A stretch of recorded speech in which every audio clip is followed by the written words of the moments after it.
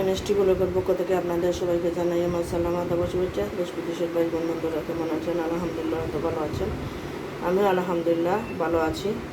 আজকে রান্না করব, এটাকে বলে ডেফল। কাঁচা ডেফলকে সিদ্ধ দিয়ে রেখেছি ডিপ ফ্রিজে, সেই ডেফল দিয়ে আর এই বড় মাছের ডিম দিয়ে খাট্টা বা টক বলে যেটা, সেটা রান্না করব।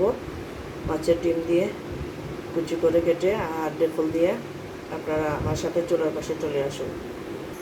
বিসমিল্লাহির রহমানির রহিম। আমি ডিমটা বসিয়ে দিয়েছি।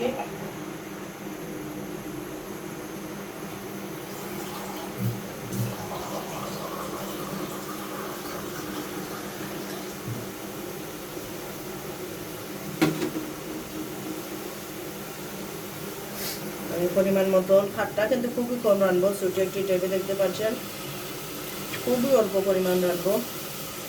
দেখুন দিয়ে দিলাম, সাথে পেঁয়াজ বাটা পরিমাণ মতন, পানিটাও দিয়ে দিই অল্প পরিমাণ, লবণটা পরিমাণ মতন দিয়ে দিলাম,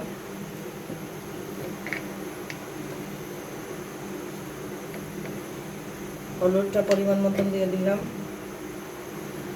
এটা দিয়ে একটু সময় জাল করে নিই আর ডিমটাকে আমি ভেঙে নিই। এটা একটু জাল হোক আর ডিমটাকে ভেঙে নিই। আর বাচ্চারা টক বেশি খায় না, আপনাদের দেখানোর জন্য এই সিজনে কাপ সবজির সিজন, তাই চাচ্ছি একটু টক হাতটা রান্না করতে। ঘুরে দিলাম, ডিমের পাশে চলে যাই। অলরেডি এটা উতরাচ্ছে, গলেও গিয়েছে। আমি মাছের ডিমগুলা ভেঙে নিয়েছি, এইভাবে দিয়ে দেব আর পানিটাও দিয়ে দেবো, পরিপাকা দিয়েছি।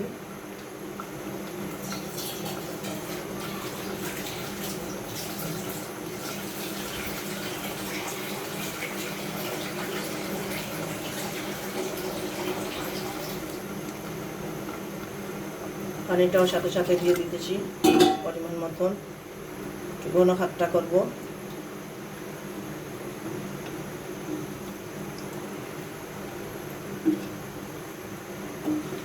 ছেড়ে দিয়ে দিলাম, রান্নার অপেক্ষায় আছি। আর একটু হয়তো পানি লাগবে, না লাগবে না।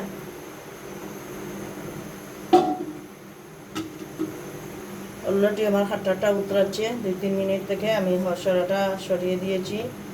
এই দেখেন ডিম এভাবে টুকরো টুকরো করে দিয়েছি আর জালও হয়ে গিয়েছে। আমি 5-6 মিনিট জাল দিয়ে নিচে, ডেফলটাও সিদ্ধ আছে, মাছের ডিমটাও সিদ্ধ হয়ে গিয়েছে। এখন বাগারটা দিয়ে দেব। এগুলা ঢেলে নেব একটি এই বউলে। খাট্টা বা ডাল যে থেকে রান্না করা হয়, যদি এই থেকে আপনারা ঢেলে বাগার দেন তাহলে খেতে খুবই সুস্বাদু মজা হয়। তাই আমি এটা এইভাবে বাগার দেব। পরিমাণটাও কম আছে, ঢেলে নিতেছি। বিসমিল্লাহির রহমানির রহিম। একটু বউলে ঢেলে নিতেছি।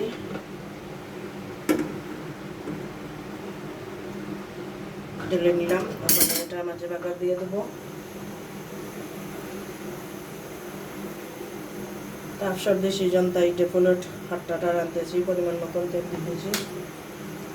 নাক মুখ জাম হয়ে আছে, হঠাৎ মনে হলো ডিম আছে ঘরে, ডিম দিয়ে ভালো লাগবে খেতে, তাই করে ফেললাম। রসুন কুচি পরিমাণ মতন দিয়ে দিলাম, আর তেলটাও পরিমাণ মতন দিয়ে দিয়েছি। আপনারা দেখতে পারতেছেন কিনা এই দেখেন।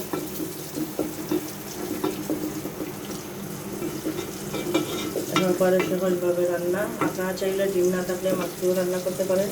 বাগারটা হয়ে যাও, অপেক্ষা থাকি। বাগারটা গোল্ডেন কালার করে ভেজে নিতেছি রসুন দিয়ে। অলরেডি দেখতে পাচ্ছেন আপনারা গোল্ডেন কালার হয়েও গিয়েছে। আর বেশি কালার করবো না, ওগুলো ঢেলে দিতেছি। বিসমিল্লাহির রহমানির রহিম। এইভাবে ডালতে হলে খুবই সাবধানে ডালবেন, কারণ হাত পুরানোর ভয় আছে। আমি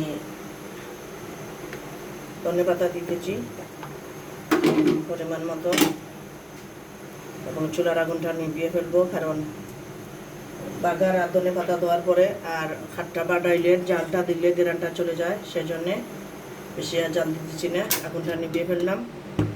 2-3 মিনিট অপেক্ষায় থাকুন। আমি মোবাইলটা হাতে নিয়ে নিলাম, নিয়ে এই মুহূর্তে আপনাদের দেখাচ্ছি। এই দেখেন ঘন কতটা পরিমাণ, আর খুব সুস্বাদু কিন্তু গ্রান বের হচ্ছে, মজাদার।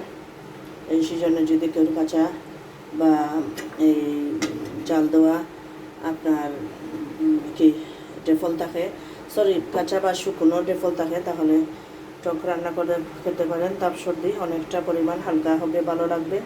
আর আমার এই ভিডিওটা দেখে যদি ভালো লাগে তাহলে লাইক কমেন্ট শেয়ার করবেন, অনুরোধ রইল। প্লিজ আমার চ্যানেলটা সাবস্ক্রাইব করবেন সবাই। আসসালামু আলাইকুম।